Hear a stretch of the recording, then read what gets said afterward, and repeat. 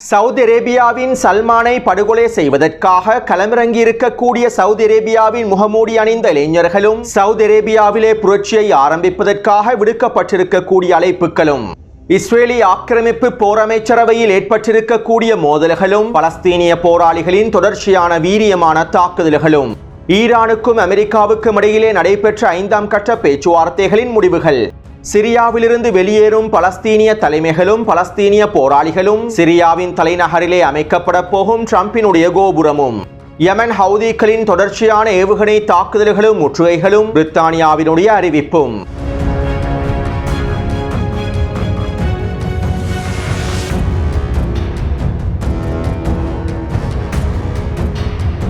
அமெரிக்காவின் நிபந்தனைகளுக்கு அமைவாக அமெரிக்காவின் கட்டளைகளை முழுமையாக ஏற்றுக்கொண்டு வேகமாகவும் விரைவாகவும் சிரியாவானது வேலை திட்டங்களை மும்முரமாக செயற்படுத்தியதனால் சிரியாவிலே இருக்கக்கூடிய பலஸ்தீனிய தலைமைகளும் பலஸ்தீனிய போராளிகளும் வெளியேறிவிட்டார்கள். ஜூலானியினுடைய அரசு பல பலஸ்தீனிய போராளிகளை கைது செய்து முழுமையாக சிரியாவிலிருந்தும் வெளியேற்றிவிட்டது.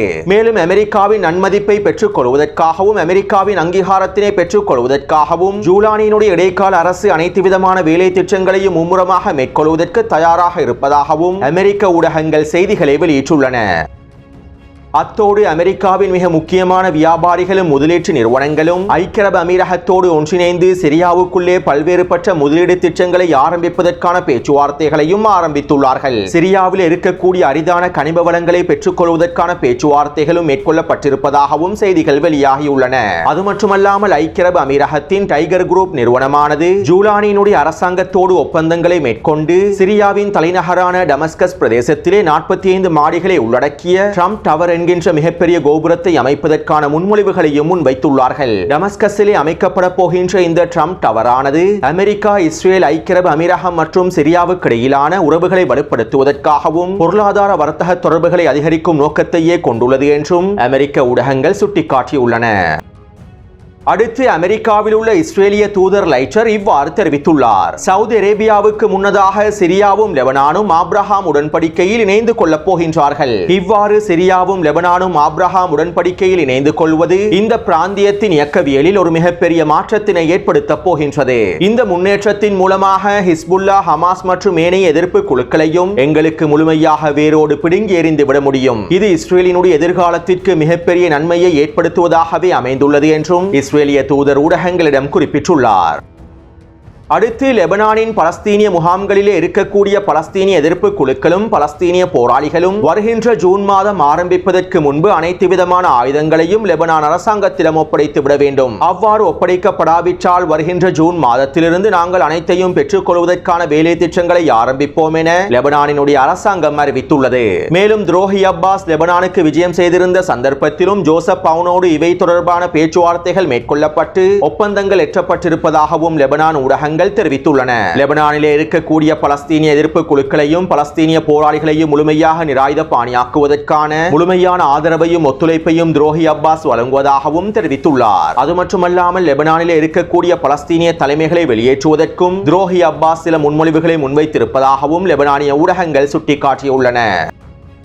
அடுத்து யமன் ஹவுதி இராணுவத்தினர் பென்குரியன் விமான நிலையத்தினை இலக்கு வைத்தும் ஹைஃபா துறைமுகத்தை இலக்கு வைத்தும் தொடர்ச்சியான ஏவுகணை தாக்குதல்களை மேற்கொண்டு வருகின்றார்கள். நேற்றிரவும் குறித்த பிரதேசங்களை இலக்கு வைத்து பாலிஸ்டிக் ஏவுகணை தாக்குதல்கள் மேற்கொள்ளப்பட்டுள்ளன. அத்தோடு யமன் ஹவுதிகளின் தொடர்ச்சியான தாக்குதல்களை தொடர்ந்து பிரித்தானியாவும் அறிக்கை ஒன்றினை வெளியிட்டிருந்தது. பென்குரியன் விமான நிலையமானது தொடர்ச்சியாக இலக்கு வைக்கப்பட்டிருப்பதனால் நாங்கள் இன்னும் 2 மாதங்களுக்கு இஸ்ரேலுக்கான விமான போக்குவரத்தை முழுமையாக நிறுத்துகின்றோம் என பிரித்தானிய தரப்பினர் அறிக்கைகளை வெளியிட்டுள்ளார்கள். ஏற்கனவே ஜூன் மாதம் இறுதி வரையில் விமான போக்குவரத்தை முழுமையாக நிறுத்துவதாகவே பிரித்தானியா அறிவித்திருந்தது. இதைத் தொடர்ந்து அதிகளவான ஐரோப்பிய நாடுகளும் ஜூன் மாதம் இறுதி வரையில் இஸ்ரேலிய ஆக்கிரமிப்புக்கான விமான போக்குவரத்தை நிறுத்தியிருந்தன. இப்படியான நிலைமையில் பிரித்தானியா இன்னும் 2 மாதங்களுக்கு விமான போக்குவரத்தை முழுமையாக நிறுத்துவதாக அறிவித்ததனால் ஏனைய ஐரோப்பிய நாடுகளும் தற்போது இஸ்ரேலிய ஆக்கிரமிப்புக்கான விமான போக்குவரத்தை ஆகஸ்ட் மாதம் வரையில் இடைநிறுத்தி இருப்பதாகவும் தகவல்கள் வெளியாகியுள்ளன. யமன் ஹவுதி இராணுவத்தினர் பென்குரியன் விமான நிலையத்தின் இலக்கு வைத்து தாக்குதல்களை மேற்கொண்டதிலிருந்து இஸ்ரேலிய ஆக்கிரமிப்பின் சுற்றுலாத்துறையும் முழுமையாக பாதிக்கப்பட்டுவிட்டது. தற்போது இன்னும் 2 மாதங்களுக்கு இஸ்ரேலுக்கான விமான போக்குவரத்துகள் தடை செய்யப்பட்டிருப்பதனால் இஸ்ரேலின் பொருளாதாரத்தில் இவை மிகப்பெரிய தாக்கத்தினை ஏற்படுத்தப் போகின்றது என இஸ்ரேலிய ஆக்கிரமிப்பு ஊடகங்களும் செய்திகளை வெளியிட்டுள்ளன.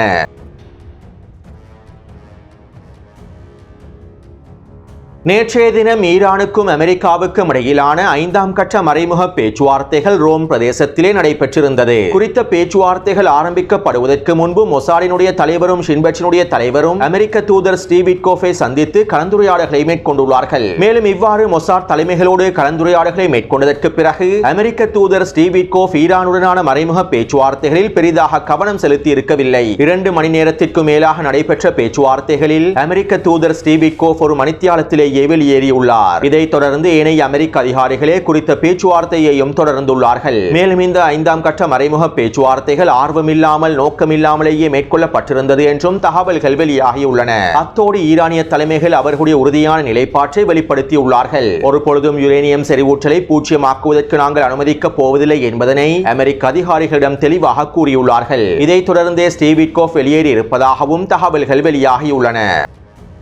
இருப்பினும் ஓமானிய மத்தியஸ்தர்கள் ஈரானுக்கும் அமெரிக்காவுக்கும் இடையிலான இந்த பேச்சுவார்த்தைகளை தொடருவதற்கான சில வேலை திட்டங்களை மும்முரமாக மேற்கொண்டுள்ளார்கள். குறித்த பேச்சுவார்த்தைகளில் இருக்கக்கூடிய தடைகளை நீக்குவதற்கும் இந்த பேச்சுவார்த்தைகளை தொடருவதற்கும் இரு தரப்பினருக்கும் இடையிலே ஒரு பொதுவான நிலைப்பாட்டை எட்டுவதற்கும் ஓமானிய மத்தியஸ்தர்கள் முயற்சி செய்துள்ளார்கள். மேலும் குறித்த பேச்சுவார்த்தைகள் தொடர்பாக ஈரானிய அதிகாரிகள் இவ்வாறு தெரிவித்துள்ளார்கள். சில முட்டுக்கட்டைகளை நீக்குவதற்காகவும் தடைகளை உடைப்பதற்காகவும் ஓமானிய மத்தியஸ்தர்கள் சில பரிந்துரைகளை முன்வைத்திருந்தார்கள். இந்த பரிந்துரைகள் தொடர்பாக இன்னும் விவாதங்கள் மேற்கொள்ளப்படவில்லை. மேலும் அடுத்த கட்ட பேச்சுவார்த்தைகளில் குறித்த பரிந்துரைகள் தொடர்பாக விவாதங்களை மேற்கொள்வதாக ஓமானிய மத்தியஸ்தர்கள் அறிவித்துள்ளார்கள். மேலும் பிரச்சனையை சுமூகமாக முடிப்பதற்காக ஓமானிய மத்தியஸ்தர்கள் பல்வேறுபட்ட முயற்சிகளையும் எடுத்திருந்தார்கள் என ஈரானிய அதிகாரிகள் தெரிவித்துள்ளார்கள். அத்தோடு அடுத்த கட்ட பேச்சுவார்த்தைகள் எப்போது ஆரம்பிக்கப்படும், எங்கு ஆரம்பிக்கப்படும் என்பது தொடர்பாக ஓமானிய மத்தியஸ்தர்கள் அறிவிப்பதாகவும் தெரிவித்துள்ளார்கள். எனவே யுரேனியம் செறிவூட்டலை பூஜ்ஜியமாக்க வேண்டும் என்கின்ற நிபந்தனையிலிருந்து அமெரிக்கா பின்வாங்கவில்லை. அதேபோன்று தங்களுடைய நிலைப்பாடுகளில் சமரசம் செய்து கொள்வதற்கும் ஈரானிய தலைமைகள் முன்வரவில்லை. மேலும் அடுத்த கட்டமாக நடைபெறக்கூடிய பேச்சுவார்த்தைகளும் நேரத்தை பெற்றுக் கொள்வதற்காக நடைபெறக்கூடிய பேச்சுவார்த்தைகளாகவே அமைந்திருக்கும். அதே நேரம் அடுத்த கட்ட பேச்சுவார்த்தைகள் நடைபெறுவதற்கு முன்பு இஸ்ரேலி ஆக்கிரமிப்பு ஈரானுக்கு எதிரான தாக்குதல்களை மேற்கொள்வதற்கான வாய்ப்புகள் இருப்பதாகவும் இஸ்ரேலி ஆக்கிரமிப்பு ஊடகங்கள் தொடர்ச்சியாக செய்திகளை வெளியிட்டு வருகின்றன.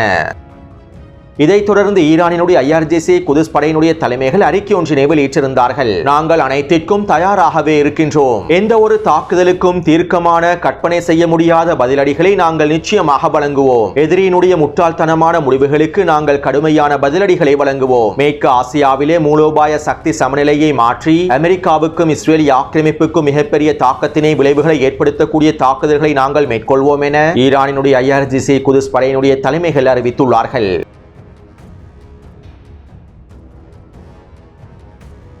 நேற்றிரவு பிரான்சினுடைய தலைநகரில் விசேட கலந்துரையாடல்கள் மேற்கொள்ளப்பட்டுள்ளன. வருகின்ற ஜூன் மாதம் 18ஆம் திகதி சவுதி அரேபியாவும் பிரான்சும் ஒன்றிணைந்து மேற்கொள்ளப் போகின்ற செயலமர்வு தொடர்பாகவும் ஹமாஸை நிராயுதபாணியாக்குவது தொடர்பாகவும் நேற்றைய காணொலியில் சில முக்கியமான விடயங்களை குறிப்பிட்டிருந்தேன். மேலும் நேற்றிரவு பிரான்சினுடைய தலைநகரான பெரிசிலே குறித்த செயலமர்வு தொடர்பான கலந்துரையாடல்களே மேற்கொள்ளப்பட்டுள்ளன. இந்த கலந்துரையாடல்களில் சவுதி அரேபியாவினுடைய அதிகாரிகளும் பிரான்சினுடைய அதிகாரிகளும் ஜோர்டானினுடைய அதிகாரிகளும் எகிப்தினுடைய அதிகாரிகளும் கலந்து கொண்டிருப்பதாக தெரிவிக்கப்படுகின்றது. காசாவிலே போரை முடிவுக்கு கொண்டு வருவது தொடர்பாகவும் எதிர்ப்பு குழுக்களையும் ஹமாஸையும் நிராயுதபாணியாக்குவது தொடர்பாகவும் இருநாட்டு தீர்வை எட்டுவது தொடர்பாகவுமே குறித்த கலந்துரையாடல்களில் பேச்சுவார்த்தைகள் மேற்கொள்ளப்பட்டிருப்பதாகவும் தெரிவிக்கப்படுகின்றது. அத்தோடு சவுதி அரேபியாவும் பிரான்சும் ஒன்றிணைந்து முன்வைக்கப் போகும் இந்த திட்டத்தில் காசாவில் இருக்கக்கூடிய எதிர்ப்பு குழுக்களை மாத்திரமல்லாமல் வெஸ்ட் பேங்க் பிரதேசத்தில் இருக்கக்கூடிய எதிர்ப்பு குழுக்களையும் ஒட்டுமொத்தமாக நிராயுதபாணியாக்குவது தொடர்பாகவும் திட்டங்கள் முன்வைக்கப்பட்டிருப்பதாகவும் தெரிவிக்கப்படுகின்றது. இதற்கமைவாக துரோகி அப்பாஸினுடைய தலைமையில் முன்மொழிவுகள் தயாரிக்கப்பட்டு வேலை திட்டங்கள் உருவாக்கப்பட்டு சவுதி அரேபியாவிடம் ஒப்படைக்கப்பட்டிருப்பதாகவும் வெஸ்ட் பேங்க் பிரதேசத்தில் இருக்கக்கூடிய பலஸ்தீனிய ஊடகவியலாளர்கள் சுட்டிக்காட்டியுள்ளார்கள். வெஸ்ட் பேங்க் பிரதேசத்தில் இருக்கக்கூடிய எதிர்ப்பு குழுக்களையும் பலஸ்தீனிய போராளிகளையும் நிராயுதபாணியாக்குவதற்கான முன்மொழிவு ஒன்றினை துரோகி அப்பாஸ் மேற்கொண்டு வருவதாக கடந்த 2 வாரங்களுக்கு முன்பு சுட்டிக்காட்டியிருந்தேன். எனவே தற்போது துரோகி அப்பாஸும் அவருடைய பலஸ்தீனிய அதிகார சபையும் குறித்த முன்மொழிவு திட்டத்தினை சவுதி அரேபியாவிடம் முன்வைத்திருப்பதாகவே தெரிவிக்கப்படுகின்றது. அதாவது காசாவிலும் வெஸ்ட் பேங்க் பிரதேசத்திலும் இருக்கக்கூடிய ஒட்டுமொத்த பலஸ்தீனிய எதிர்ப்பு குழுக்களையும் முழுமையாக நிராயுதபாணியாக்குவதற்கே இந்த திட்டங்கள் முன்வைக்கப்பட போவதாகவும் தெரிவிக்கப்படுகின்றது. அடுத்து சவுதி அரேபியாவுக்குள்ளே பதற்ற நிலைமையானது படிப்படியாக அதிகரித்து வருகின்றது. கடந்த 3 நாட்களுக்கு முன்பு சவுதி அரேபியாவினுடைய இளைஞர்கள் போராட்டம் ஒன்றை ஆரம்பித்துள்ளார்கள். இதற்கமைவாக முகமூடி அணிந்த சவுதி இளைஞர் ஒருவர் சமூக ஊடக வலைத்தளங்களில் காணொலி ஒன்றையும் வெளியிட்டிருந்தார். மேலும் குறித்த காணொலியில் முகமூடி அணிந்த சவுதி இளைஞர் இவ்வாறு தெரிவித்திருந்தார். அரபு இளைஞர்களுடைய குரல் எப்போதும் அமைதியாக இருக்காது. இளைஞர்கள் எப்போதும் உண்மையையே நேசிப்பார்கள், பொய்களை ஒரு பொழுதும் நேசிப்பதில்லை. இப்போது பிடிவாதமான கொடுங்கோலனை எதிர்த்து போராடுவதற்கான காலம் வந்துவிட்டது. பேச்சு சுதந்திரத்தினை அடக்குவது, எங்களுடைய உரிமைகளை நசுக்குவது, மக்களுடைய பணத்தை பயன்படுத்தி இரவு விடுதிகள், நடன நிகழ்ச்சிகள், களியாட்டங்கள் மற்றும் தேவையற்ற திட்டங்கள் என்பன மேற்கொள்ளப்படுகின்றன. அடிப்படை தேவைகளுக்காகவும் சவுதி அரேபிய மக்களுக்காகவும் பயன்படுத்த வேண்டிய இந்த பணத்தையே இவ்வாறு வீணாக செலவழிக்கின்றார்கள். சல்மானின் தலைமையில் அல் சவுத் குடும்பத்தின் கொடுங்கோன்மை மற்றும் அடக்குமுறைகளிலிருந்து நாட்டிலே புதிய மாற்றத்தை ஏற்படுத்தக்கூடிய பல்லாயிரக்கணக்கான மக்கள் சவுதி அரேபியாவில் இருக்கின்றார்கள். அல் சவுத் குடும்பத்தினுடைய அடக்குமுறைகளில் மாற்றத்தினை ஏற்படுத்துவதற்காக சுதந்திரத்தினை விரும்பக்கூடிய பல மக்கள் இருக்கின்றார்கள். நாங்கள் அனைவரும் தற்போது உறுதியாகவே இருக்கின்றோம். இவர்கள் எங்களுடைய மக்களின் பணத்தை சுரண்டி நம்பிக்கை மற்றும் இஸ்லாத்தின் பெயரால் மக்களை தூண்டிவிட்டு அவர்களுடைய மாயைகளான திட்டங்களை நிறைவேற்றுவதற்கே எல்லாவிதமான முயற்சிகளையும் மேற்கொண்டு வருகின்றார்கள். சல்மான் தன்னுடைய போக்கை மாற்றிக்கொள்ள வேண்டும். இல்லாவிட்டால் எங்களுடைய சவுதி அரேபிய மக்கள் திரண்டெழுவார்கள். நீங்கள் மக்களை தொடர்ச்சியாக சிறையில் அடைத்தாலும், எங்களுடைய பேச்சு சுதந்திரத்தினை நசுக்கினாலும், எங்களுடைய போராட்டங்களை முழுமையாக முடக்குவதற்கு முயற்சி செய்தாலும் நாங்கள் ஒரு பொழுதும் நின்றுவிடப் போவதில்லை. சல்மானே, உனது வாழ்க்கையும் உன்னுடைய குடும்பத்தின் வீழ்ச்சியும் உங்களுடைய மக்களின் கைகளிலேயே இருக்கின்றது. நிச்சயமாக நீங்கள் செய்யக்கூடிய அனைத்து விடயங்களுக்கும் பதில் சொல்லியாக வேண்டும். அதற்கான காலம் வெகு தொலைவில் இல்லை என்பதனையும் புரிந்து கொள்ள வேண்டும் என சவுதி அரேபியாவின் முகமூடி அணிந்த இளைஞர் குறித்த காணொலியிலே தெரிவித்துள்ளார்.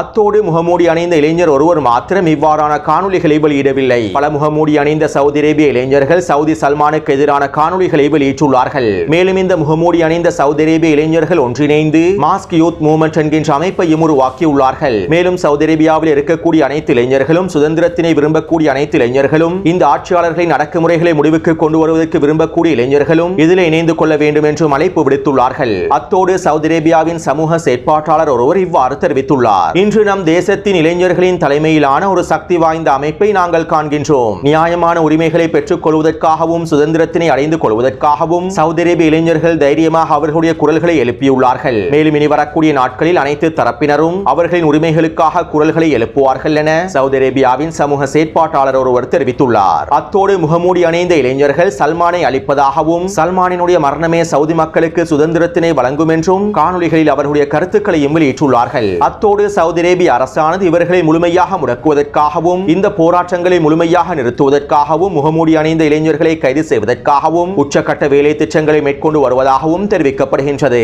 அது மட்டுமல்லாமல் குறித்த விடயங்கள் சர்வதேச ரீதியில் மிகப்பெரிய பேசுபொருளாக மாறக்கூடாது என்பதற்காக பல அரேபிய ஊடகங்கள் இவை தொடர்பான தகவல்களையும் முழுமையாக மூடி மறைத்து விட்டன. மேற்கத்தேய ஊடகங்களும் இந்த செய்திகளை பெரிதாக வெளியிடவில்லை.